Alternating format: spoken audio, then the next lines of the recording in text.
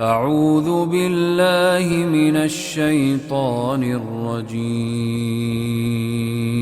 أم حسبت أن أصحاب الكهف والرقيم كانوا من آياتنا عجبا إذ أوى الفتية إلى الكهف فقالوا ربنا آتنا من لدنك رحمة فقالوا ربنا آتنا من لدنك رحمة وهيئ لنا من أمرنا رشدا فضربنا على آذانهم في الكهف سنين عددا ثم بعثناهم لنعلم أي الحزبين أحصى لما لبثوا أمدا نحن نقص عليك نبأهم بالحق إنهم فتية آمنوا بربهم وزدناهم هدى. This year, one of the mashayikh recommended that we take the advantage of the time and teach in it because the jahl in the community at large, not one specific community, general Muslim community is so great and it's a problem that ta'aleem can never really stop. Ta'aleem Yes. can never. So for that reason, that's the first time that we're actually teaching in the month of Ramadan. And in our community, we have a type of community that's, I would say, middle of the road. Neither is it very strict and neither is it too loose. And we have a ton of things going on at the same time, like ton of kids programs, ton of youth programs. And then the classes is on top of that. And this year I'm doing the classes all online. And I'm doing the Majlis al-Quran, actually reciting Quran live and Khatira live. But the classes are also all online this year because it's just easier for people. And if they have questions, they could see me at the masjid and talk about it. Yeah, because it's interesting you brought up that fact because I did a Ramadan fiqh class. Like it was very short. It was like a jam-packed kind of lesson just to kind of get people, into the frame of mind about Ramadan and, what breaks the fast and all this kind of stuff. And I guess some of the stuff I wasn't too aware of because, growing up in the West, you're not really exposed to all this, like, Islam and whatnot when you're growing up, especially for me when, like, my parents didn't put me into, like, classes when I was young or something. But I had a chat with my parents about it. And what happened was that because they came from Bangladesh, and obviously in the Bangladesh curriculum, there is an aspect of learning Islam, whether it be, like, simple seerah stuff and even, like, stuff about the fiqh of Ramadan. And then it's like my parents aren't like, not to belittle them or anything, but like they're not, as much into the deen in regards to, my upbringing. So it was funny because they knew all this stuff because they were just simply brought up in the culture, you know what I mean? So, and then it's like, even though they know more about it than me, I had to go out of my way to kind of find out. So I guess, subhanAllah, that's one of the things about us growing up in the West, especially like me and my co-host Josh, like we have to kind of go out of our way to learn those simple stuff about Islam, even because, we just haven't been brought up with it. And that's a thing that I guess we need to put the effort in and make sure the next generation don't lose out on. Bro, it's not even like a concerted effort. It's a battle. Ta'aleem in our time is about not only ta'aleem, the motivation just to inculcate the motivation and the recognition of the need to exert effort. That by itself is a battle. And I'm really nervous for the Arabs, I have to say, because I go to different communities. Like, for example, I'm sitting here with one of my friends. We were just at a community in Chicago. And they memorize the Quran. They're sending their kids to memorize Quran as almost like a default. Like you send your kid for 1 year, right? At least to study. The idea of memorizing Quran for hours a day, or let's say even a little bit every day, is a default. Well, I'm really worried for the Arabs. There's that none of that himma is there. There's no himma. There's no feel. The himma, the word himma is aspiration. Right? The aspiration, I can confidently say without insulting anyone, it's very weak. Like, it's extremely weak. And the attitude that Arabs get, and I don't know if you guys are from Australia, right? Yeah, Yeah. So Australians have a lot of Lebanese. definitely. Are you Yeah. all Lebanese? Sorry. Are you all Lebanese? No, we're from a subcontinental background. Most of us on the podcast here. Okay, so I'm going to get to know you guys in a second, but just to finish this thought, that Yeah. the Arabs have a problem, and that is the ishq, the love and passion for everything Western is not even in their blood, it's in the soul. It's in the soul, Wow. right? And this ishq and passion to be accepted, whether they like it or actually politically, they might hate the West, politically. But in reality, they're completely Western mentality. One of part of these ideas is that deen, it should be minimal, like to a minimum. The effort in it should be to a minimum. And at every turn, if you find an opinion or something, or if there's a statement made, at every turn, the mentality is, well, isn't there something easier? Isn't there a madhab that says it's easier? It's constantly tasheed. And that in itself, to make things difficult, is not the goal of Islam or the Prophet sallallahu alaihi wasallam. But if at every turn we're looking for that which makes matters easier, it indicates to me that the idea of effort is not there. Like, the love of the thing is not there. The passion for practice is not there. And this deen requires, if you're living in this age, and when you actually receive any guidance, right, the sign of guidance is mahabba of deen. The sign of God, even if you can't do it. Like, I know in Arab communities, there's a lot of cutting corners. If you exist in an Arab community, there is a lot of cutting corners that I almost like embarrassed by, right? But it's part of our community. There's nothing I could do, okay? A lot of cutting corners on things. There's nothing I could do. But the idea of loving to do things right, at the very least, it's in your heart. And that when you see people do them right, you're not jealous of them. You're not hateful of them. You don't think that they're extremists. You wish you could have something that they have, right? You wish that someday you could be like that. And, it brings up to mind when I hear that, when I look at communities and I see the youth, it tells you a lot, right? If just the idea of that they're in the building is an achievement, that's really unfortunate. Just the fact that Muslim youth are in the building is an achievement in many communities. But the idea of actually trying to shoot for something higher, like to complete memorization of the Quran, that's just, far off. And it's just sad. It's something that you could say that all I could do is, it's just sad. It's the nature of the beast that they're living with, but we got to try to push against it. Sheikh Shadee, you were saying earlier that you'll be allocating more time to teaching during Ramadan now. Is that, I think, because I can speak for myself when I say during Ramadan is when you're more open to sort of learning more about the deen, as in people who aren't as close to the deen, they won't be spending their time sort of in sort of acts of worship. They'll be more like, I want to learn more about the religion in this time and allocate more time to that.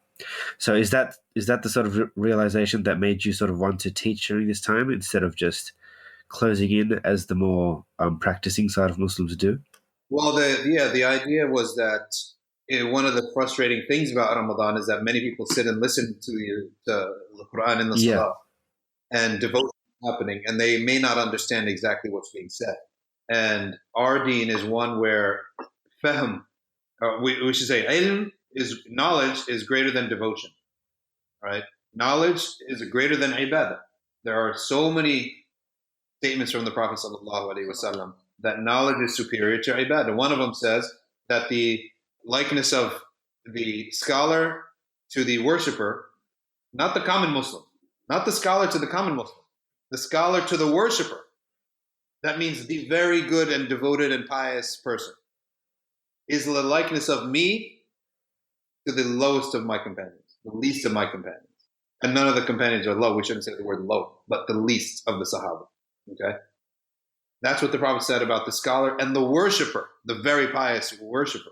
So another one says that the scholar and the difference of scholar and the worshiper is the difference between the full moon to the stars, right?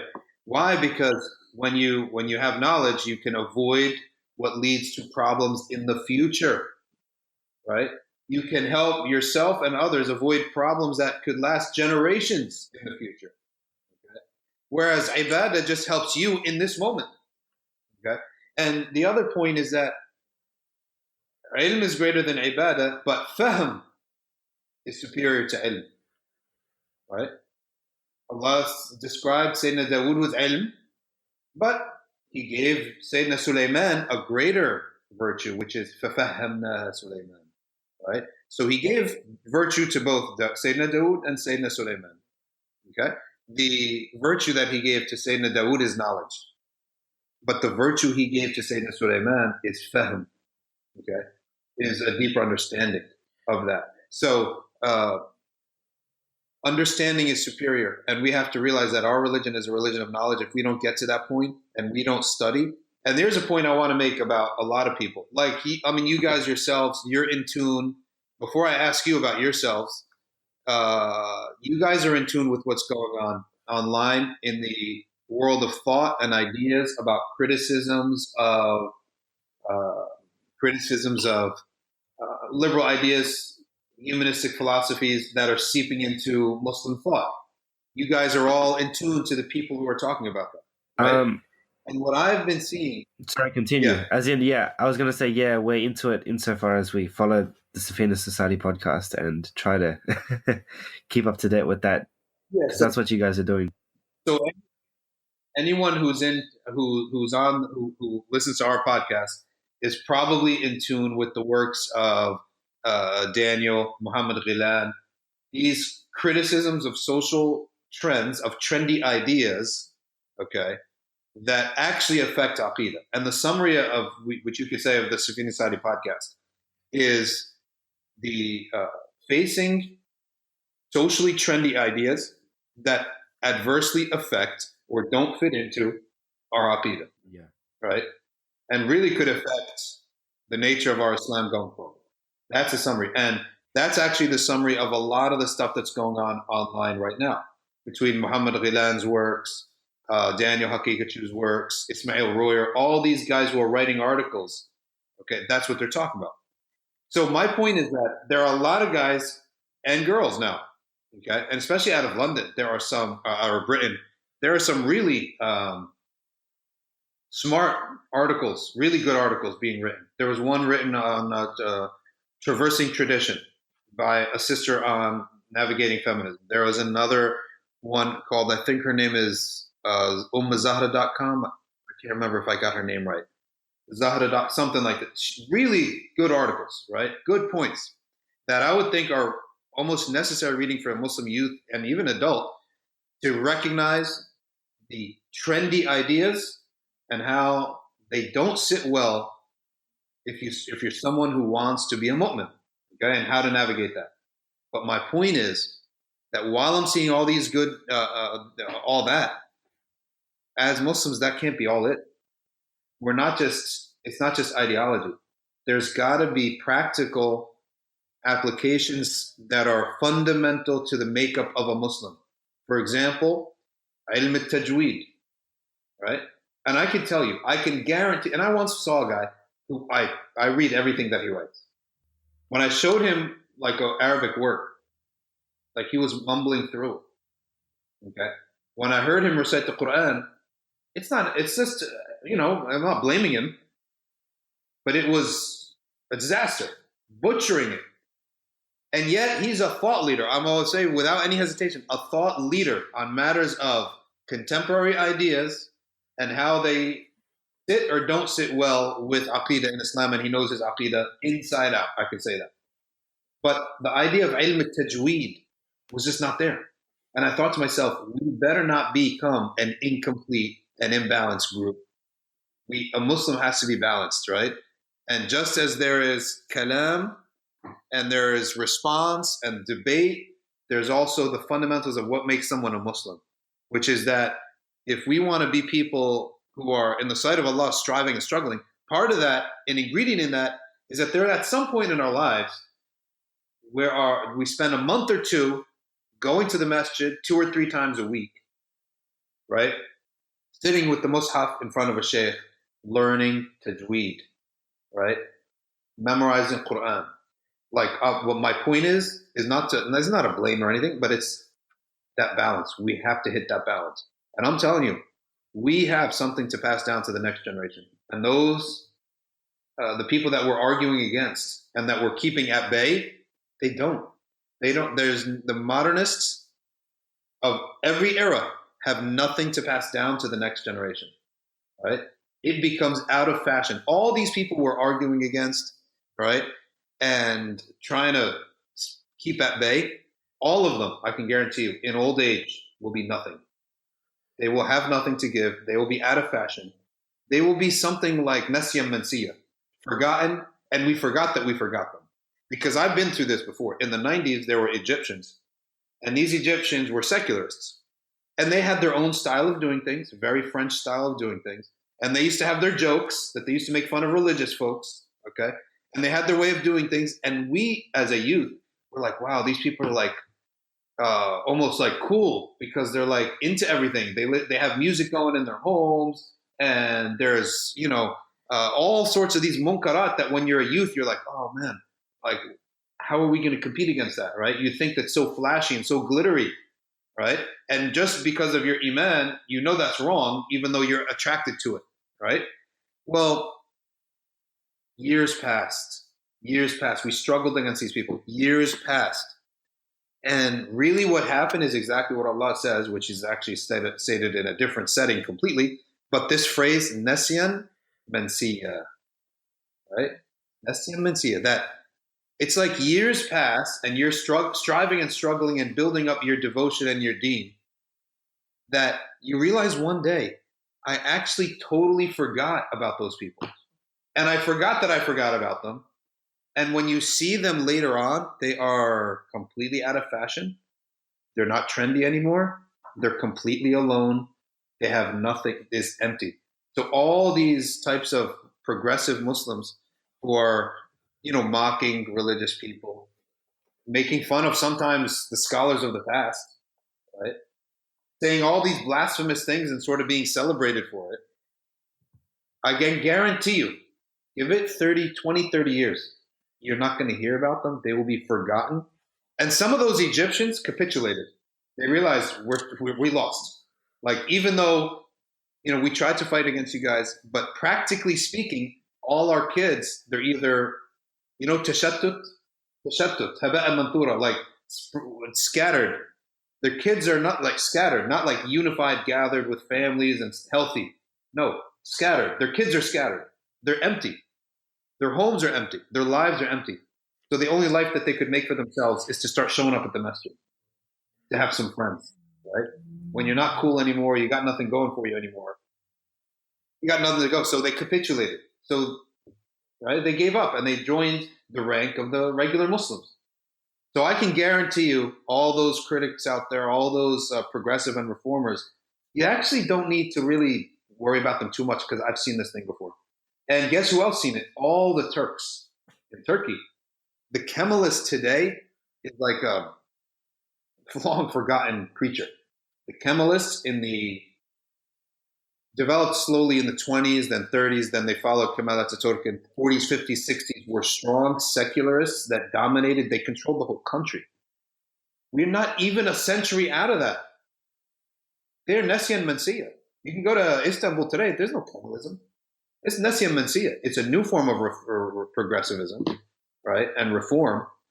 So my point is, the idea, the fear that what they're going to have is they have nothing to pass on, but we have something to pass on, and that's the nuts and bolts, the meat and potatoes of our deen, and really starts with ilm tajweed, because that forces you to sit with a sheikh. You cannot learn ilm tajweed from an article, right? You have to sit with a sheikh, and that sheikh is going to be in the masjid.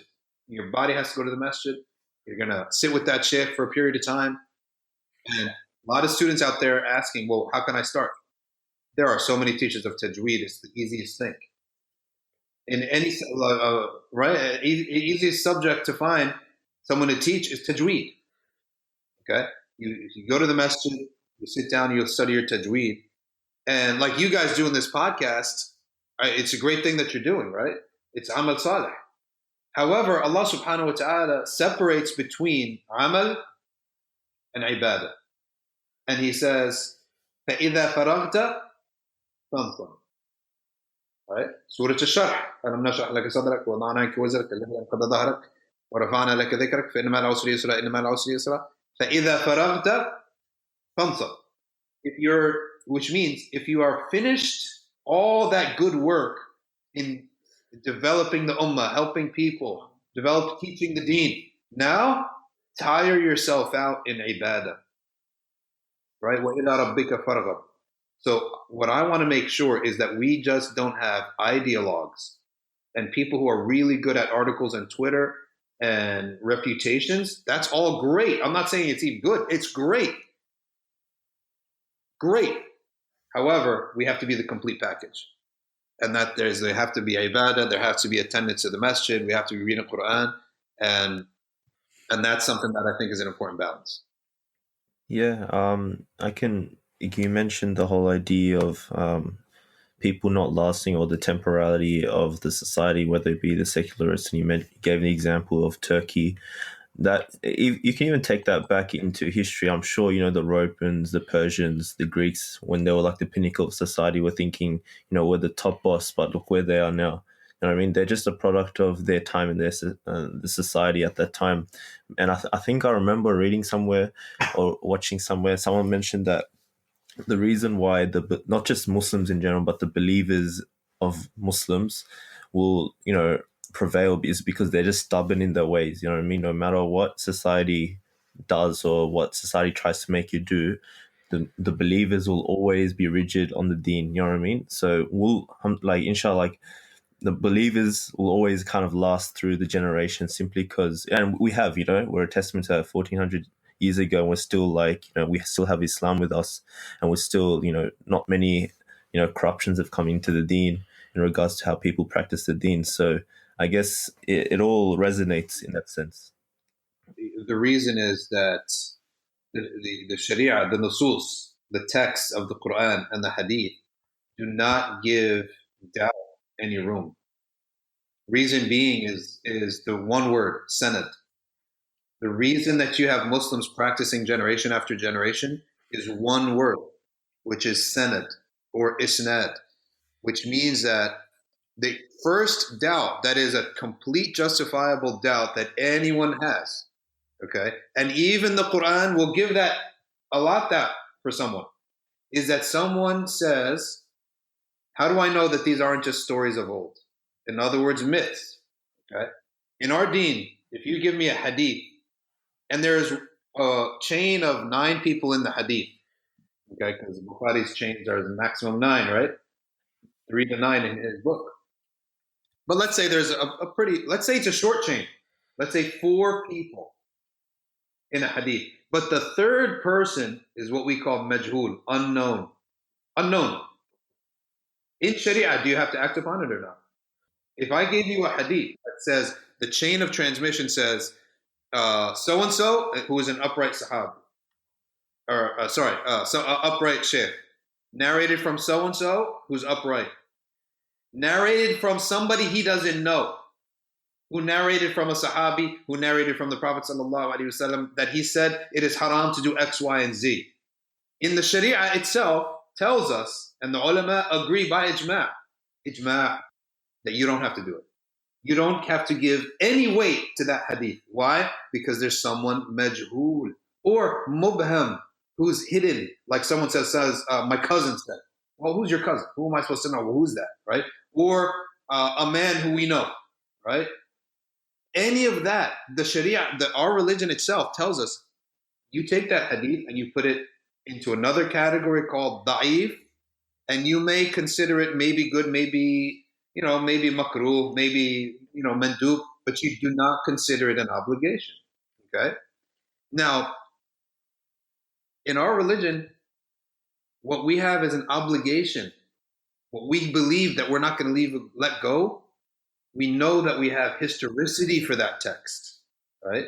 We have for example, we have in the Quran, وَتَعَاوَنُوا عَلَى الْبِرِّ وَالتَّقْوَى وَلَا تَعَاوَنُوا عَلَى الْإِثْمِ وَالْعُدْوَانِ. support one another, have solidarity on what is good, right? Al-bir, what taqwa, what is generally good in the society, and what is God-fearing, a mark of taqwa, and do not do so. What is it for what is sinful and creates animosity? What is that? That's a political ayah, right? That means I can't support this cause, I can't support that cause, if it is something sinful in the sight of God. Now, if I'm practical, I say to myself, and that policy might cost me something politically or financially. What we have to go on is the sanad, the chain of transmission of the Quran that makes us know that this book is absolutely, it truly came from the Prophet sallallahu alaihi wasallam, right? In other words, and we accept unbelief that it came from Sayyidina Jibreel from Allah subhanahu wa ta'ala. So the point is, it's a bit academic, the idea, but this is really why, like you said, no matter where Muslims go, it doesn't matter where they go. If they study the Arabic language and they study the isnad and they study properly, okay, through isnad, they're naturally going to hold on no matter what the costs. And maybe the population of people who do that is more or less, but the main idea is the isnad. Okay, that this is not a myth. I'm sure that this is not a myth. I'm absolutely certain that there was someone that walked on the earth called Muhammad ibn Abdullah, right? I'm absolutely certain that 120,000 men and women followed him, Sahaba and Sahabiyat. And I'm absolutely sure that they transmitted his words in certain, that ended up in certain books, such as Muwatta Malik, Bukhari, Muslim, Muslim Ahmed, all right? I'm absolutely certain of that. So once you have that absolute certainty that is rationally based, then I think the word stubborn might be the right word. I don't know, because I'm certain that he said that. So I'm not moving. I think it actually becomes by necessity. Yeah, it's like yaqeen. It's ilmul yaqeen. That's exactly what ilmul yaqeen is, by necessity. I'm absolutely certain that the Prophet said, don't do this. So, and all the scholars looked at it, so my understanding is confirmed by the scholarship, right? So I'm not doing it, period. Simple as that. I don't care what happens, right? So I think that's really the isnad system is what people have to be aware of. And once you latch onto that, you realize that it becomes like a locked jaw. When the jaw locks, it doesn't let go. So, and if it does let go, it's just out of sinfulness, weakness, but not as a policy.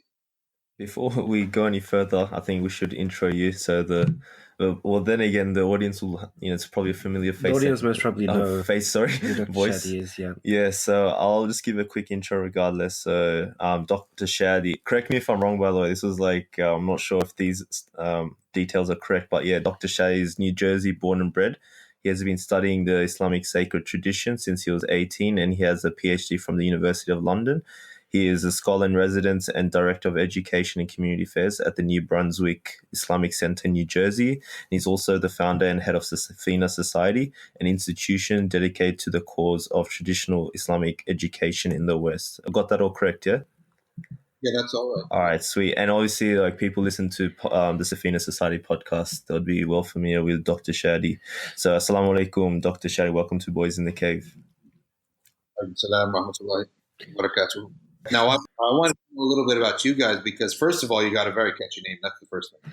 Right, Do you get the reference? Do you get the reference to it? As in, does it all come through? Boys in the Hood was a movie, right? Sorry? And then they made it Boys in the Hood was a movie. Believe it or not, I watched that about 2 days ago. Just a fun fact. That's a great movie. It's in terms of social commentary on African American life. Boys being the cat. Yeah, right? yeah. That's sort of our primary sort of metaphor. Yeah, that's cool. Allegory. It's a clever name. Now, tell me about, like, you guys are from Australia. Are you actually boys? Like, you're in high school or what? You're allowed to boys in the terms that we're in university, so we're surrounded by the MSA. We're sort of the type to be exposed to these new ideas. Sort of want to have certain discussions based around what we see and what we're exposed to on campus. And another part of the reference, I guess you could tie back to that. Actually, Dr. Muhammad Gilad taught us Plato's Cave. He picked up on it. Is that you can also there's also the allegory of the Plato's Cave, which ties into our name. Oh, that's for people who are like studying philosophy or Yeah, something like yeah, yeah. The people who like get that, that. but there's a lot of ways to interpret it. Plato's Cave didn't come to mind. Boys in the Hood came to mind. I'm Boys sorry, in I'm the a Hood. That's just a testament to your background, I guess. Sort of what yeah. resonates with you. I read that Are you to from the the hood? Yeah. degree necessary. I read that stuff to the degree necessary.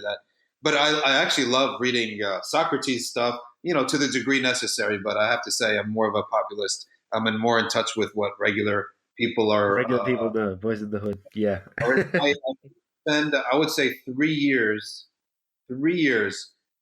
completely immersed in the university setting, and I came out of it, and I could not hold a conversation with people.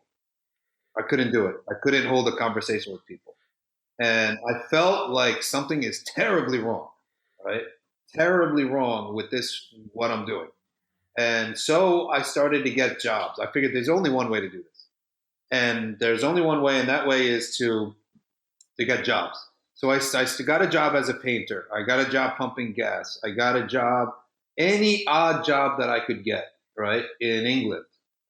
I did that when I realized that this is so bad. I can't. I was also in Washington D.C. for a time, and I was like that. And I would just walk around in the poor parts of Washington D.C. and trying to strike up conversations with people. And it was almost like I had to socialize and educate myself because to what normal people do and talk about. Okay. And after the PhD, this is actually true. I actually didn't pick up a book besides like Quran and Dini books. I didn't pick up an academic book or article for 10 years. Like I didn't intend it, but I just swore it off. And then 10 years later, I realized, well, maybe I should actually keep up, right? To try to strike that balance, because I realized that I don't know how to talk to a regular person anymore. And if you're going to be in the field if you're talking about Islam, you need to talk to people. So I felt the value of that type of I call that my second education, which is that I would just talk to people in like a guy sitting on the curb, doing nothing all day. So I would sit down and just talk to him. Yeah, that's very interesting because And because I'm studying sort of history and philosophy myself, doing my honors next year, inshallah. But it sort of becomes a case when you immerse yourself in all the academic journals and papers. You just become so accustomed to the discourse that you assume that everybody's sort of on this plane, and that's like how everybody should be talking. When in reality, it's a very small percentage of the population that talks about the world's problems in such, I don't know, abstruse terms. And people live it on a completely different level. well, yeah, I felt that number one, the their discourse is so Yeah. abstruse. It has no practical application whatsoever. That's the first thing. Secondly, academia, if that's the case, but you're making six figures, maybe, right? Like it has a practical justification. But I realized in academia, you're going down that route of you're talking to yourselves. The academics talk to themselves. That's it. Nobody is paying attention, right? Except themselves.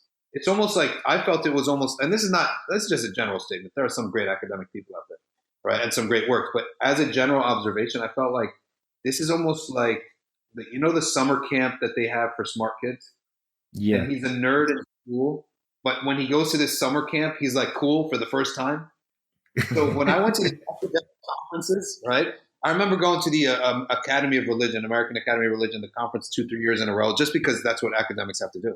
And thinking to myself, in any other setting, these people would be the biggest dorks. Yes. Okay. But here, when you gather all of them together, he's cool for the first time. And to me, I think that's what academia really is.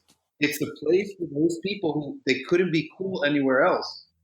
Now they're cool because they're like nerds all together, but they don't realize they're absolutely irrelevant, right? There's no practical application of this. And I'll give you another proof that if they're salaried at what, like 40 or 50,000 at $60,000 a year to starting, right? And then maybe after years he'll get to like 190 or 120 if he's really good. But if that's what society deems your value to be, that should say something, right? If after all this huge PhD thesis you wrote, and you can only find 3 or 4 institutions in the country that are willing to give you $40,000 or $50,000 a year, I mean, was it worth the effort? Is that graduate education? Okay, because I'll tell you that at least let's say you're talking about a sheikh, a qari, an imam. There are people tripping to have him. He'll never be unemployed. If you know the Quran, Allah has granted those people, right? And it's not saying that money is a measure, but it's saying after all that work, and the work is, we know it's useless. That's the first. That's like a given. We know that 5 people are reading this stuff, right? But at least show some financial reward for it. But no, that's not existing either. So neither are you affecting society. And by the way, the real movement people, like the nbsp, for example, they affect a society, right? Their value is in affecting society. The teachers of the Quran, a lot of them don't make a lot of money, but they affect generations, and the community wants them there. So at least they get the satisfaction and the realization that at the very least the community wants me here. They need me here. I'm doing this noble job. Well, and in academia, the student doesn't even care for you, right? You go into the classroom, the student's got his PJs on, he's sipping a Pepsi, okay, and he's on his MacBook, right? That was in my day. The MacBook had just came out and it was actually decently priced, and it was like those colored ones, white one, whatever. They're on the MacBook in his pajamas. He's not even paying attention to you, right? All he asks you is, this is going to be on the test. So where is the satisfaction in this? Neither are you getting paid, neither are you affecting the society. And when you finally write something, in order for it to make it to one of those journals or conferences, it's got to be so abstruse that basically no one's reading this. And the only guy who's reading it is some smart aleck, other academic, who's going to rip it apart just for fun. So this is the general broad scope. And I'm not failing to realize that there are some excellent academic works out there and some people that are really making headways in academia and changing the minds of students, right? There are people out there. But these are some general observations of the issue with academia and how it actually got me into such a bubble that I felt I needed that second education, which I called it the education of the streets and the blue-collar workers, right? The street and the blue-collar worker. And I think the two of them combined is a far better balance than just one of them. So that's just is that what you sort of did? So you immersed yourself in the other end, sort of the street. Yeah. So I call that my second education, which is the streets. And I know people who are in either academia or even traditional Islamic education who never had and never recognized the appreciation of that second education, the education of the streets. Yeah. And they're not effective. The reality is they are not effective. Okay. They cannot reach. And also our sheikh, who the main, like, ideal, I guess you could say, intellectual murshid, you could say, that we were taught through his method is Imam Abdullah bin al-Haddad. And in my thesis, it was all about him. And I had to read all of his works. Okay. I had an excellent advisor. His name was Gavin Picken. He wasn't my real advisor. My real advisor was in absentia, basically. She was just totally absent. She was a nice lady, but she was just absent. My real advisor was Gavin Picken, who wrote a book on Imam al-Muhasibi. Okay. And he's now, I think, last I heard, he was in Abu Dhabi. And he said to me, look, this is how you do it. You take your subject in the Quran. You find the first thing is you go to the books of Lugha and you read about, my subject was Dawah. So you go find the root of Dawah and go into all the books of Lugha and write everything that comes in the book of Lugha. Then systematize it. Okay? Then go to the Quran and take down all the ayat and go into at least a dozen tafasir, if not 20 tafasir, and document everything those ulama said about those ayahs. Then gather all the ahadith related to da'wah and go to 5, 10 shuruhat of the hadith. Okay, then we did that. So that took me about half a year. And then he said, then after we did that for the word dawah, then he said, now go to your subject. Because my thesis was dawah in the works of Imam Abdullah bin Ali al-Haddad.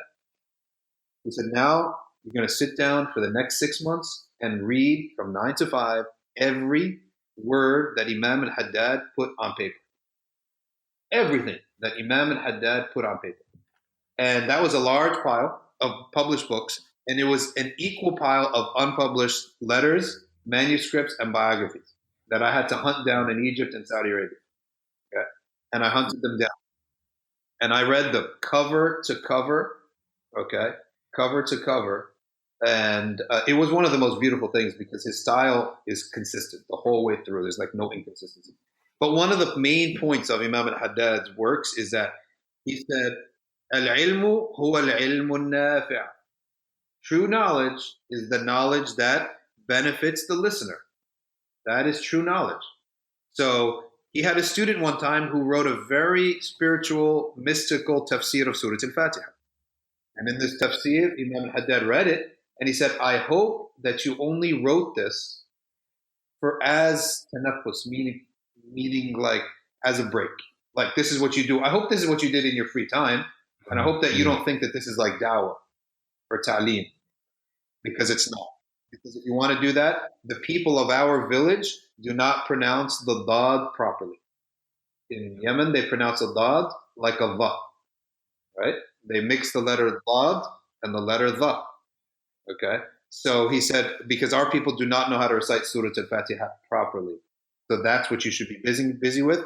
And if you did that, if you wrote this essay, Risala, on Surah Al-Fatiha with the mystical interpretation of Surah Al-Fatiha, I hope you just did that as in your spare time, as a hobby. Okay. So Imam al-Haddad continued bashing al-mutarassimin bil-ilm. Okay. And al-mutarassimin bil-ilm is the person who knows how to get up and he's memorized a beautiful introduction and he knows all of the technical terminology and he puts on a great show of knowledge, right? But there's actual no practicality to it. His motive is to show and to put forth a beautiful essay or what have you that a scholar would look at and say, wow, he knows his stuff. But to actually benefit the person in front of him, zero, right? He's a zero in actually benefiting the person in front of him. And one of the signs of sidq of a scholar throughout the ages has been that the scholar is surrounded by the scholar and the non-scholar, meaning that he doesn't only care for the ulama. He cares for the people. He cares for the people, and he wants to reach the people, right? And that's the sign of a true scholar. Now, there are some scholars who are just scholars for scholars, and they also should be busying themselves with their knowledge in the problems that the scholars are facing, right? So there are people out there that only scholars can read their works, but his sincerity, therefore, is marked that he's writing on the issues that the da'iyas, the du'ats, are handling amongst the people. So, issue of evolution, or for example, student loans, right? The people who are going to put together packages for student loans, that requires a type of shara'i and worldly scholarship. Okay. Yeah, not just one or the other, as in it has to be the knowledge reconciling with the on-the-grounds problems, yeah. Okay, so what university are you guys in? We're at the University of New South Wales, so that's in Sydney, and it's one of the two biggest unis here. Okay, and what do you guys study? So I study philosophy and history as my double major in arts, and Wait, hold on. And I do commerce and science. Okay, hold on. You're doing one of you said you're doing philosophy and what? Philosophy. As in that's my major, just general philosophy. Philosophy taken together, just modern philosophy, and history, which is the history of sort of modernity, colonization, that sort of thing. Okay, wait. So you're not paying money for that, though, right? What does that mean? It's government supported loans here, so it's much less than the US. So we actually pay just a fraction of the cost. So a total 4-year degree would cost about $4,000, $5,000 that we have on like a non-interest loan that we can pay back to the government. Okay. And then are you going to do some actual studies on the side? Inshallah. So that's one of my personal dilemmas, I guess. I'll be doing honors next year, inshallah, but I'm not too sure what to do after that. I was thinking maybe going to a PhD, academia, that route, or I could just go into a graduate program we have here, jobs, the government sector, that sort of thing. So I'm still torn. I'm not too sure, but that's something that'll play out, inshallah. Any particular advice that you had? I mean, it would be good my general advice is that people should never block themselves as either humanities only or STEM only. Like liberal Yeah, arts and definitely. Yeah. combined is great. Like for example, someone like you who also knows like IT or something like that, right? And that way you're like a 1-2 punch. Like you know your stuff on the one hand, which we don't want a bunch of adults running around who just have STEM and they're fools. Yeah, yeah. We have plenty of those. But then at the same time, liberal arts by itself, divorced from the practical elements of actual objective knowledge and something that's employable, also leads to problems in life, I would say, right? The number one being like unemployment, right? So that's why I was thinking, my advice to people is when you're going to go to university, you want to combine both. You don't want to be STEM only, and you don't want to be liberal arts only, right? And a combination is a great 1-2 punch. I think a combination is great. For sure, for sure. And Dr. Shadee, we wanted to ask you, just while we were on the topic of academia and just the divide between Islam and what secular intellectuals are like, we wanted to ask, like, on the general sense of how the frame we apply to interpret our world. So there's a certain reading of history, right? So there's the materialist reading of history, where events happen a certain way, or Islamically, we also believe, or we know, that there's a metaphysical force and causal factors behind it. So can you say a bit about that, and like how do we interpret the realities of the world? Well, the first thing is, in order, if you're going to interpret anything, you have to come to a recognition, a realization, or it, you have to outline what exists. That's the first question. I'm going to analyze. So and so is going to analyze. We first, in order for your analysis to mean anything to me or to anyone else, the two sides must agree upon what exists. Okay, what exists. So let's say, for example, in the court of law, the prosecutor and the defense will both put forth their analysis of what happened, right? However, the judge reserves the right to tell them what exists and what doesn't exist. And that's in the form of, if an exhibit is given to them, like let's say a bloody glove, right, is given to the judge has a right to tell them that this is scratched out of the record, that this bloody glove cannot be taken into account in your analysis, right? So that's the job of the judge. The job of the judge is to, when evidence comes in, all right, from one of the jobs is that he may admit or not admit pieces of information. So if you ever, I don't know how it works in the court of law in Australia, but in America, if there's a questioning going on of a witness, the defense attorney, for example, might say objection. So he will object to that question, and any answer that witness gave is wiped off the record if the objection is upheld. Okay? If the objection is denied, then that answer that witness gave is gone. It's scratched from the record. So when they weave together their analysis, they may not use that as a piece of evidence. So the first thing that both sides have to agree on is what exists. Okay? And we as Muslims are informed by the Quran. Okay? When you say that you're a Muslim, you're saying the Prophet Muhammad exists, Allah exists, angels exist, Day of Judgment exists, Sharia exists. Okay? All of these promises of Allah exist. Therefore, as a Muslim, any analysis must take that into consideration, or else it's meaningless. Okay? It's meaningless. So if I'm going to look at something, that's the lens. So my first question is, I'm not even going to enter into an arena that's not going to recognize what I exist. I'm going to insist. When I'm going to talk, this exists. And I'm not entering any type of dialogue where I'm going to suspend the most important things that is factors of the discussion. There's only one exception to that, which is kalam, like ilm al-kalam, where they hypothetically, okay, let's take the philosopher with his rules and show him that his philosophy has contradictions inside in it.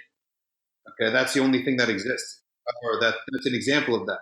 And even that is extremely debated, right? To talk like that is extremely debated by the scholars. Imam al-Ghazali said, stay away from them.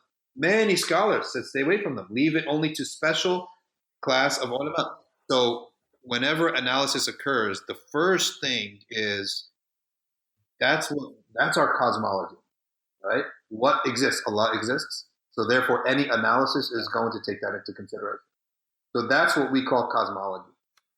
Okay, and if you differ on cosmology, there's no point in having much of a discussion. What we talked about kind of reminds me of from a scene in Kingdom of Heaven. Are you familiar with the movie, Dr. Shadee? I think you would be. I'm familiar that it's out there, but I didn't see that one particularly because on the trailer, the way they showed, basically they got a Philistini immigrant guy to be Salah ad-Din, and then they get some like pretty boy to be King Richard. I'm like, this isn't even true. Like, this isn't even true. Like, you shouldn't even need to watch it. It's bad enough. Because let me the honest truth about it is that Salah ad-Din was way softer than King Richard the Lionheart, and King Richard wasn't really the Lionheart. He had issues, right? Salah ad-Din was too soft for the Muslims. His own man, Nuruddin al-Zengi, who trained him, his uncle, so many Muslims thought that Salah ad-Din is way too soft, too generous. Okay? That's the first thing. Secondly, I can't remember his name, but the real if the Western forces, the Latin Kingdom, had any hero at all, and any bold and courageous guy, it was a guy whose name is skipping my mind, but he was the leper. Okay, he was a leper, and he's the one who Salah ad-Din could never defeat. He actually creamed Salah ad-Din a couple times, right? And I can't remember what his name was, but he was a leper. He used to wrap himself up and go into battle. And then he would go back home to his palace and he would just be tended to because he was so sick. Okay. And if you read the history, his name is just skipping my mind right now. Yeah, it was Baldwin. My friend just showed me that it was Baldwin the Fourth of Jerusalem. That's the really courageous guy. So in the history, I don't look at Salah ad-Din, believe it or not, and I don't look at King Richard. I look at two other people. I look at Nuruddin al-Zengi, and I look at Baldwin the Fourth, King Baldwin the Fourth. I have more admiration in terms of character and courage for them. Okay, what you saw with Salah ad-Din is the end game. You know, you guys familiar with chess? What's the ruling in chess and Hanafi fiqh? I'm sitting next to my friend here. He's going to give me the chess and Hanafi fiqh. So in the game of chess, there's the open, there's the middle game, and there's the end game. Okay, the rook does nothing for the open and the middle game, but he dominates the end game. Okay, the bishop and the horses do everything in the pawns do everything in the middle beginning. They're done by the end game. The bishop and the horses, they do most of the work some work in the middle, most of the work. Some work in the beginning, most of the work in the middle. Okay, and they're gone by the time the end game comes around. The end game usually tends to be queens and rooks and kings. What I find, if you look at the whole history, Salah ad-Din is like a rook. He is non-existent in the beginning. Nuruddin does all the work, the heavy lifting. And then it falls into the lap of Salah ad-Din at the end, and then he does his work at the end, right? And it's not to take anything from him. It would be sinful for us to take anything from him, because the Prophet ﷺ said there will come a time where the latter people of our generation curse the early people. So if people think I'm disrespecting Salahuddin, that's far from the case. But what I'm saying is that Nuruddin gets shafted by history. Nuruddin has gotten shafted because he wasn't there at the end game. But Nuruddin az-Zanki is the one who did all the work. He revived the ummah. He's the reviver of the ummah. Nuruddin is the mujaddid. Okay? Salahuddin, if you read the history, it fell in his lap. And he should have handed it over to to Nuruddin, but he refused. People don't know this. He died when Nuruddin died, and he was upset with Salahuddin. Yeah, people don't know the history. The reason I brought up the Kingdom of Heaven movie is that the fact that they're portraying Muslims like weird in the sense that the praying is like off, not how we do it. But anyways, there was a particular scene that kind of resonates in regards to what you mentioned in regards to literal reading of history and the actual facts on the table. And there was a scene where Salahuddin is with I think with the army general or something. So it's just them two, and then the army general is just like portrayed as like kind of semi-spiritual, and it's just like the reason why we're losing is because the people are sinning. And then Salahuddin looks at him like, no, it's because our battle tactics were poor. And it got me kind of thinking, it's like, okay, because it's obviously from Hollywood, are they trying to portray the fact that thinking things spiritually is backwards? So that's why they portrayed the dude saying that, and Salahuddin being the more upright character in the movie.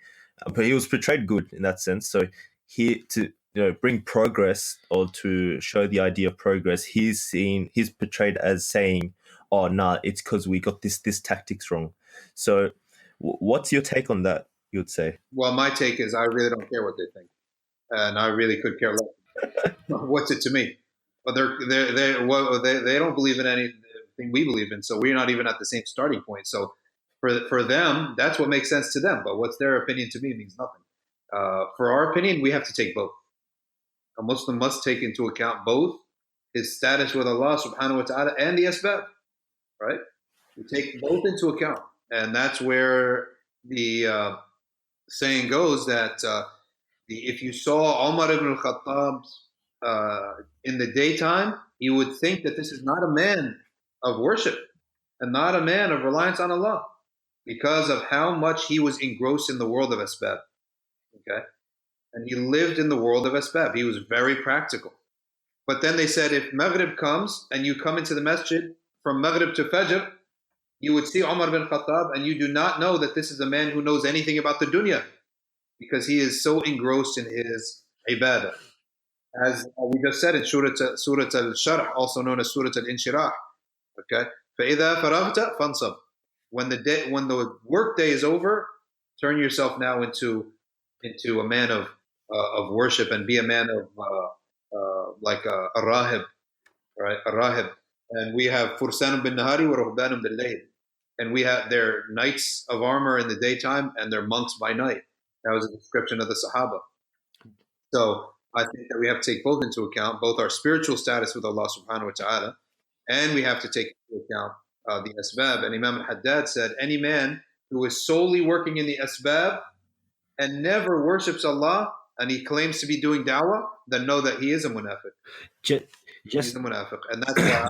Sorry, Dr. Shadee, just to get to the heart of what we're saying, I think I heard recently your Triangle of Tribulation episode on Safina Society. And on that, you went into some depth on how you're talking about the African-American slaves to America, and you were talking about how even though they've been through the oppressions they've been through, they still have to ask the question, what have I done? As in, they have to look inwards still. And I think from an academic perspective or from a materialist perspective, you were saying this would seem like victim blaming. And I couldn't reconcile that for myself, actually. As in what sense do these people that were enslaved throughout history, why do they need to look inwards? Shouldn't they be railing against all the oppression that's been done to them? Because if you look into history, that's the same thing that the Christian missionaries and colonizers said to the people they conquered. They said that you Africans and Indians, the reason that you're colonized, that we dominate over you, it's because of your lesser character and your lesser morals. Therefore, you're to blame, and we are the rightful inheritors of your land. Do you get me? As in, like, the Christians use that same logic against us. Do you get me? And we also say that we have to look inwards, as in that was sort of a gray area for me. So I wasn't able to make sense of that. Could you? Okay, so let's take it totally in theory. A person gets oppressed. Yeah. There's two things that he has to do.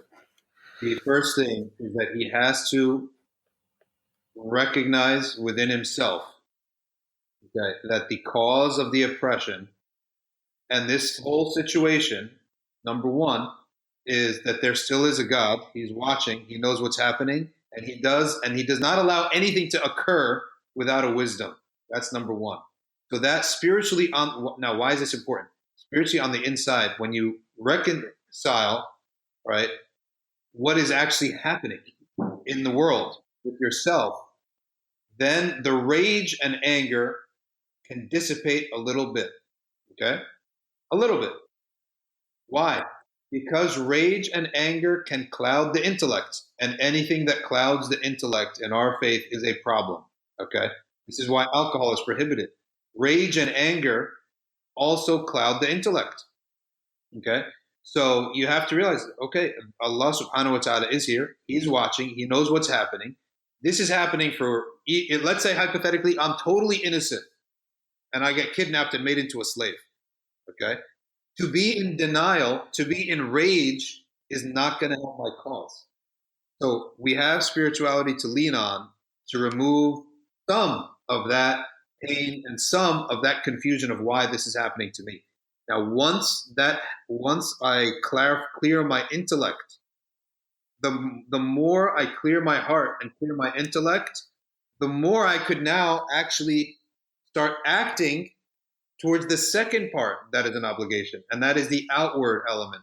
The outward element is that it is obligatory to repel all injustices, and nobody should sleep until injustices are repelled, okay, by the means that are permissible for us to use, okay? So in this respect, the one helps the other, okay? The one helps the other. And when I'm in a state of rage, you're going to harm yourself. You're going to make things worse.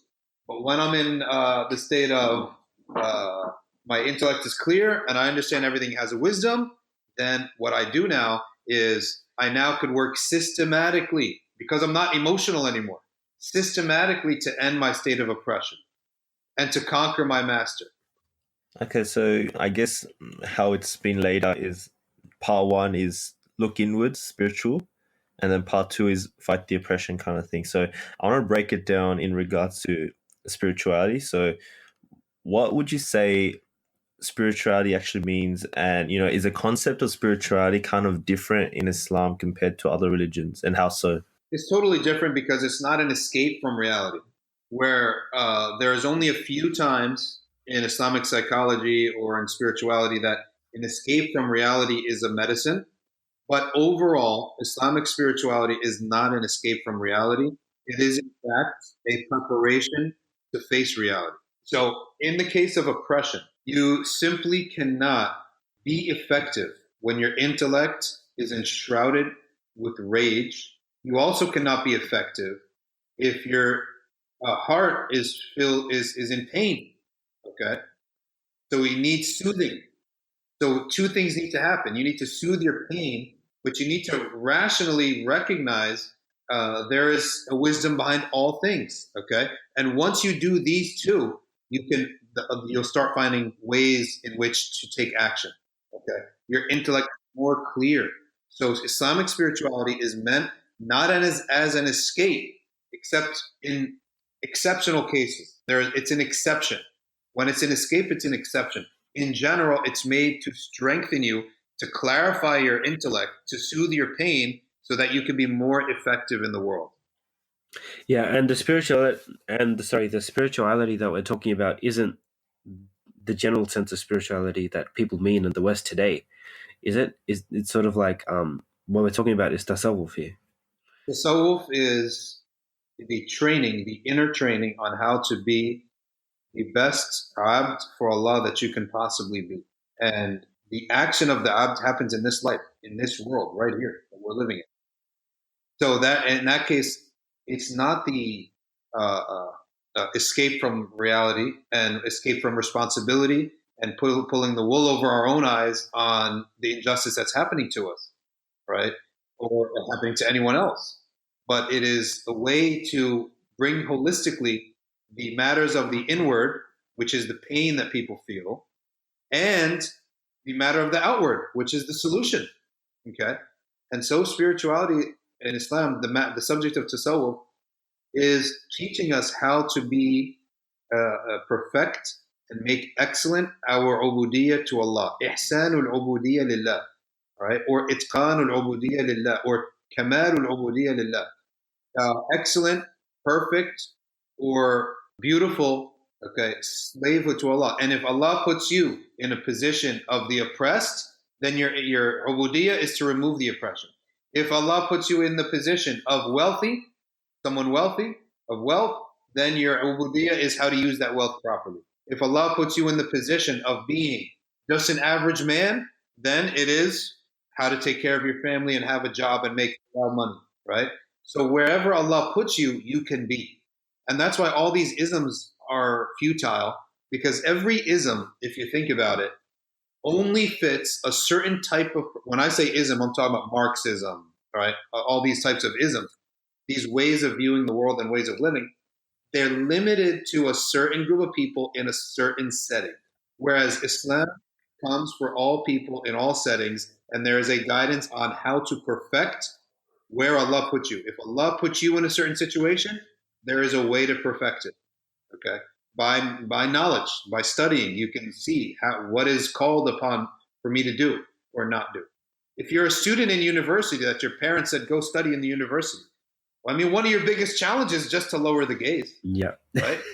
If you want to be a mujahid fi sabilillah, and I know that Sydney. When I went to Sydney and I got sick on my first trip to Sydney.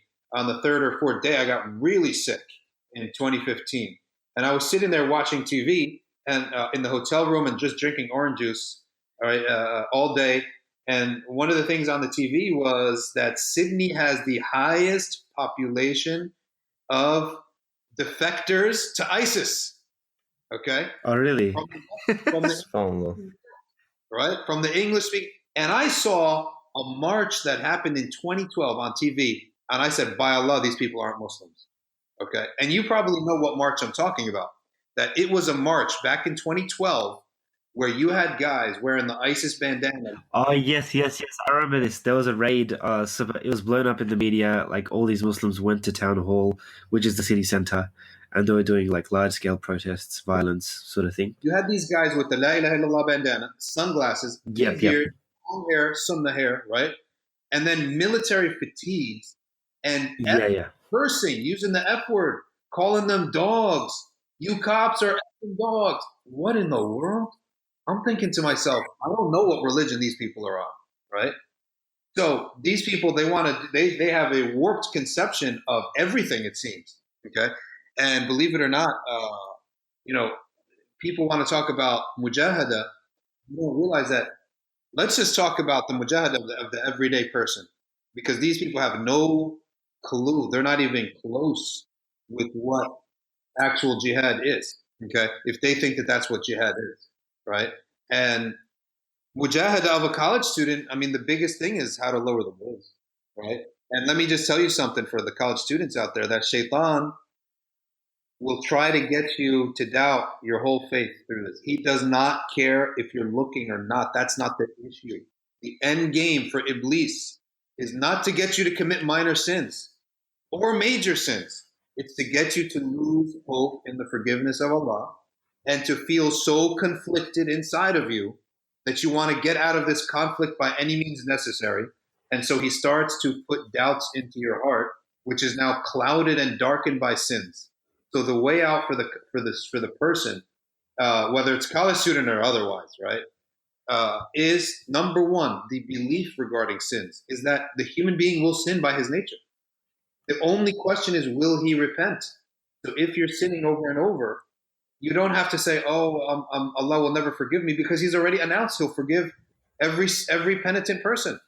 The only criterion of His tawbah is that he would commit that he's trying not to do it again. Okay, that's the only criterion. That, and that he continues, he has remorse for what he did, and that he utters some state expression of tawbah, such as astaghfirullah, and that he tries to make the effort not to do it again. So that's the one thing.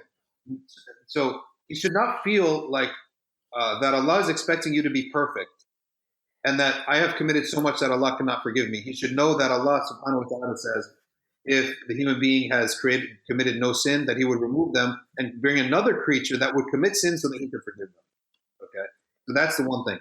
The second thing is that a person who commits a lot of sins brings upon darkness upon darkness upon darkness on the heart.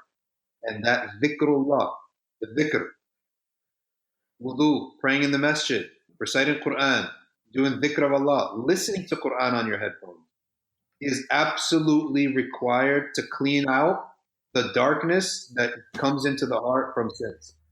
So if a person has darknesses, then their solution is that in order for the shaitan can only come in, like where do bugs come in? A bug doesn't come, you're not going to find a bug in the family room where there is windows, and you're going to go into the basement where it's dark and damp, and that's where you find the bugs, right or wrong, right? You find them in the basement where it's dark and damp and it hasn't been cleaned and there's no sunlight. Likewise, such a heart, the doubt can creep and exist in such a heart. But such a heart that they let the sun in, that they wash it out regularly by dhikrillah, by sitting with mashayikh, by making wudu and going to the masjid to pray jama'ah, by reading Quran, listening to Quran.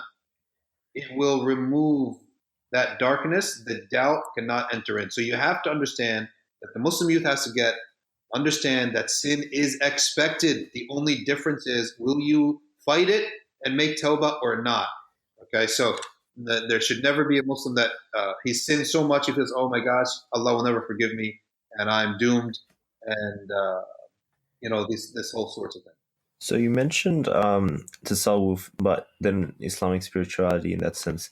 So when you growing up, you getting to Deen, you hear about concepts such as iman, taqwa, all this stuff, right? So we mentioned tasawwuf. Does tasawwuf, is that an overbearing kind of concept that includes concepts such as iman, taqwa, or are they all kind of separate in their own bubble? Well, that's a good question, and the answer is that iman and taqwa have an abode, and that abode is the heart, and that heart has to be clean. Tasawwuf is the process of cleaning out that heart. Oh, okay, subhanAllah. So I guess so using tasawwuf, is that a way to kind of applying tasawwuf, is that a way to have certainty in the religion of Islam? So, people go through logical proofs, arguments, kind of intellectual thinking that we talked about in the beginning of the podcast, but we know in essence people are influenced by feelings and emotions rather than kind of logic. So would you say that in order to gain certainty in a religion, especially with Islam, that there has to be that element of purifying the heart, and then you'll know that, okay, this is it, this is a legit real thing? What would you say to that? Yeah, well, the point of rational proofs is that it should not require spiritual illumination to understand them. That's the first thing. And that's the power of rational proofs, that even if I'm in a state of darkness and a lot of sins and I'm messed up, my intellect can understand that this is the rational basis for this action.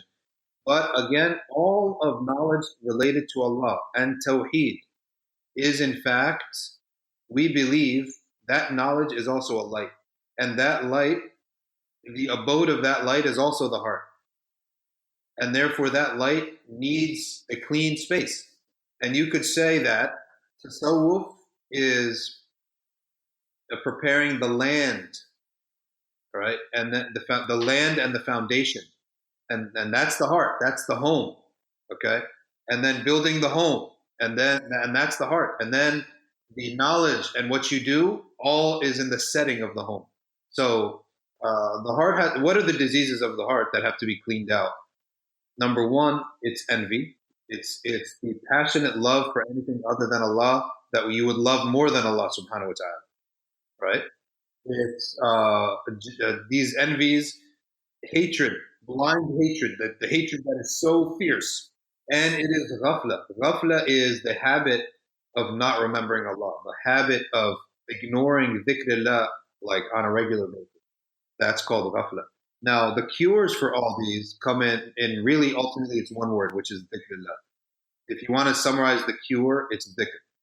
And dhikrullah requires it to be done much. There are some ibadat that Allah said it doesn't have to be done much, such as fasting and such as hajj. Allah describes them as ayyaman ma'dudat. Okay? But dhikr never comes in the Quran except the command and the wasiyah to do dhikr never comes in the Quran except it's attached with it the word much. Dhikr dhikran kathira. Okay? So tasawwuf is something that you don't need to talk about a lot, but you do need to act upon it a lot. You need to actually practice dhikr daily. Dhikr should not be a practice, it should be a habit. Like if you're walking from class to class, if you're driving in your car, if you're riding on the bus, there should be some dhikr being done there, right? That should be the norm. Dhikrullah is like breathing. It should be a norm and it purifies the heart. It removes the rust off the heart. And therefore, when we start acting, when we start analyzing, that nur, that is tawheed, now has a place to go. But in the dark heart, if you're at the bottom of the ocean, there is no clouds in the sky, you still won't get light, right? Because there's so much gunk between you and the sun, right? However, you start clearing out that gunk and you start rising to the top of the ocean, you now start seeing. You can now start, the sun starts to benefit. So the one whose heart is so darkened by acts of disobedience and sins, okay, we say to him, don't lose hope at all. Allah is forgiving, okay? And we say, keep your sins to yourself. You don't need to go and do confession. We don't confess in our religion. But rationally recognize the role of place of sins in Islam. Allah's not waiting for you to be perfect, but He's waiting for you to fight it. That's what He's waiting for, okay? And you fight it. And you make dhikrullah, and the dhikr will displace the gunk, the junk, the garbage that we put inside of our souls by doing acts of disobedience. So dhikrullah can be done in many different ways. The easiest is to listen to the Quran on headphones. That is the easiest. The next is to move your tongue by saying La ilaha illallah. And one of the best dhikrs that combines everything is La ilaha illallah Muhammad Rasulullah sallallahu alayhi wa sallam. If someone says this, 100 times while driving to work, says it a couple of times here and there, constantly in the state of dhikr, right? The next best, but it takes some effort, is reciting Quran with Tajweed, right? The next after that is even better than that, is memorizing Quran so that you can recite Quran wherever you go. From that, if you know Arabic, is on Thursday nights to recite the book called Dalailul Khairat, if you know Arabic, right? And by the way, dhikr helps with Arabic because you see the same words over and over and you read the prayer books over and over. Of course, Friday morning or Thursday night, Surah Al-Kahf. On top of that, if you get really strong, now you could take a wird every morning and every night that protects you from the shayateen and from the ins even. Okay, and that one of these examples is the wird of Imam al-Nawawi every morning, or wird of Imam al-Haddad called al-wird al-Latif every morning. It's all this stuff you can find on the computer, easy. Both the text and the MP3, the audio. And in the evening, which is when the sun starts to set before Maghrib, is Ratib of Imam al-Haddad, Imam Abdullah bin Alawi al-Haddad. He has a set of adhkar called the Ratib. These dhikr, 5-10 minutes in the morning, 5-10 minutes in the evening, it protects you, and it's like a dusting. Imagine you have someone come in and tidy up the house for 5 minutes every morning and 5 minutes every evening. Like, you won't have problems. You won't have like a pile of dishes. You won't have a kitchen counter that's a disaster. Just tidying up 5 minutes every morning, 5 minutes every evening. Over time, you start catching up with yourself and you get better. So that's the importance that, like I said, all of these intellectual thought leaders that are pushing back some of this reform wave and liberal wave and whatever, we need the meat and potatoes of religion, and to have a will of dhikr daily, part of that. Yeah, so just to bounce on what you just said, you mentioned it's interesting. You mentioned about tidying the house. SubhanAllah, I actually heard a story recently, and it's in regards to having and basically in the essence, practicing the Deen in our lifetime. So there's a I think there was a Western guy. I forgot his name. However, I think he went into the Muslim world. This was like a few hundred years ago, and he was searching for a sheikh, I guess, to really learn about the Deen. And then he came across this sheikh who was like prominent in his time, and he's just like he asked him like, "What made you get into the Deen?" So the sheikh's like, when I was really young, what happened was that I went to bury someone, but I think back then the people are buried in a way where if you dig up a burial ground for someone, you possibly see someone else's face because it's not like organized how we have graveyards today. So as he was digging the grave, he came across another person's body, but then what he noticed was that the body was in pristine condition, like completely like preserved everything, and there was a smell of musk. So he's like, subhanallah, like that was like insane. And then I think a year later, um what happened was that there was a story of this guy who was very he would just marry young women and divorce them, marry young women, divorce them. So he had a bad heart in that sense, using women, and he died. And then what happened was that they had to find out if the wife poisoned him, so they went to dig him out again.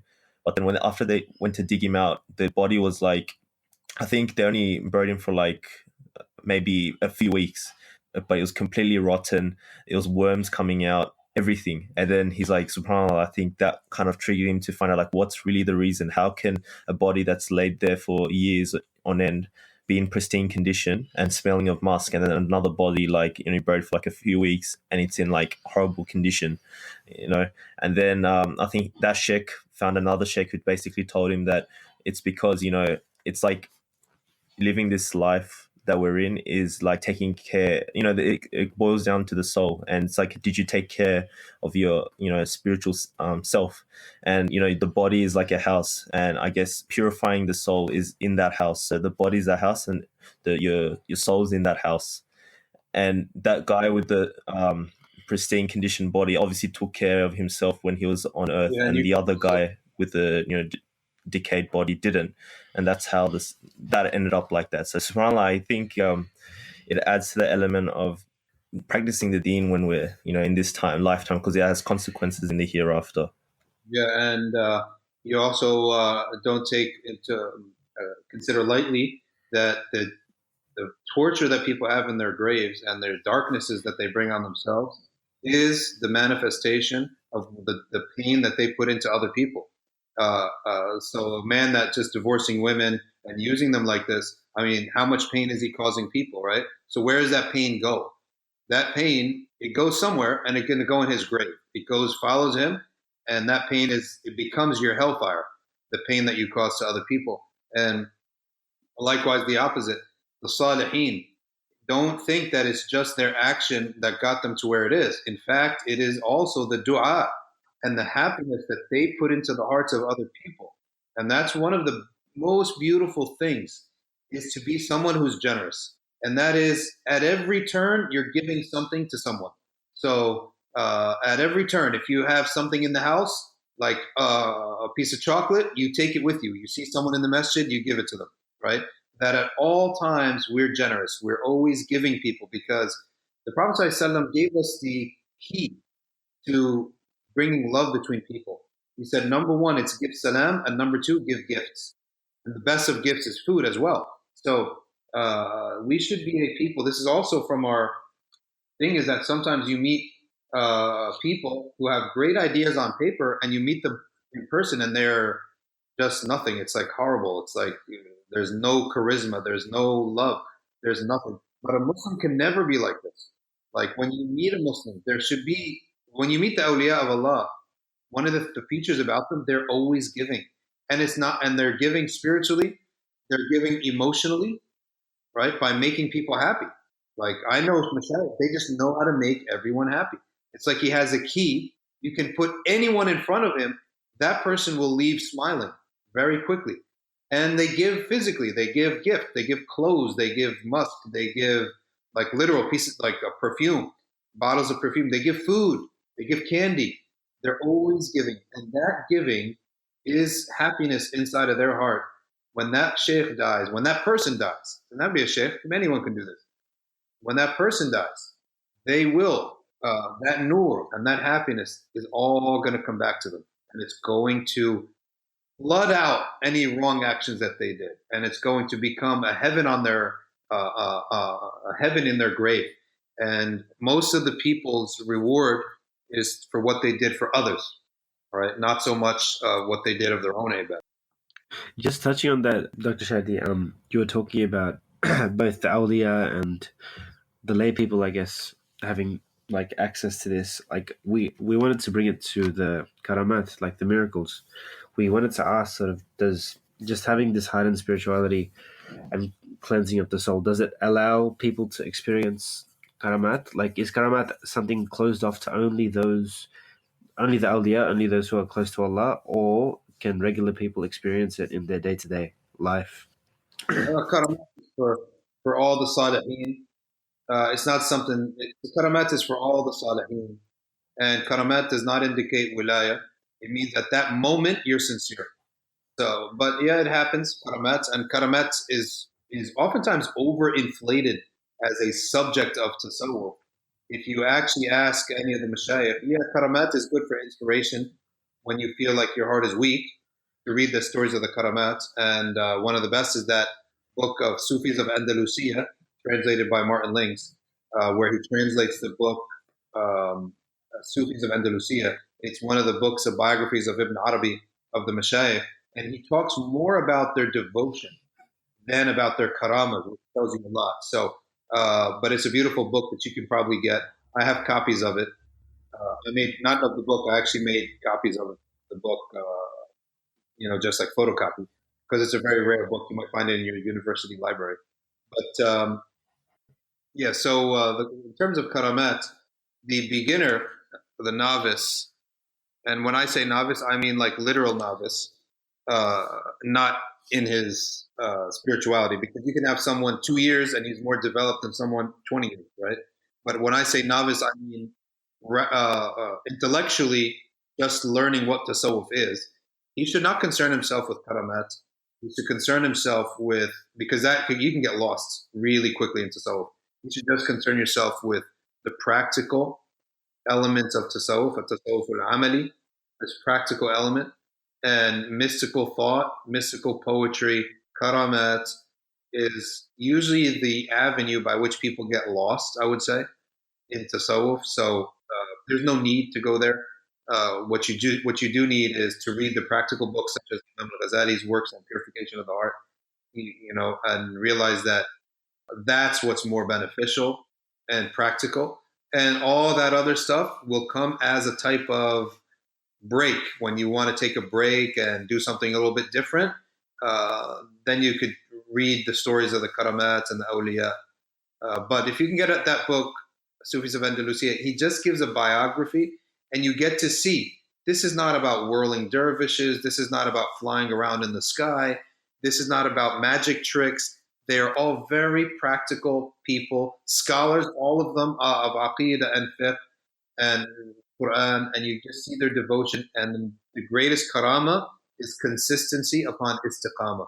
That's the greatest, istiqamah is consistency upon guidance. That's the meaning of istiqamah, consistency upon guidance. So that's the greatest karama that we could ask for and we could desire, is that years and decades pass and we still remain upon the guidance of Ahl-Sunnah wal Jama'ah as defined by the ulama, and we're still into circles of ulama, and we're still attending masajid with consistency, and we're still giving silatul rahim, we're keeping our family ties, and we're caring about the Muslim ummah, and involved with knowledge and service over years and decades. That's the product. That's what we have, and that's what we got to aim. And Sheikh Shadee, just as a final question, just to cap it all off, if you had to sit in a cave with 3 people in history, besides the prophets, salam, or the Sahabi, who would you sit with just to have a conversation with endlessly? That's a really good question. Really good question. First, I'm going to pick my Sheikh, Al-Habib Omar. That's the first one that comes to my mind. No doubt about it, believe it or not. believe it or not, because some people say, oh, you have to pick someone from the early history.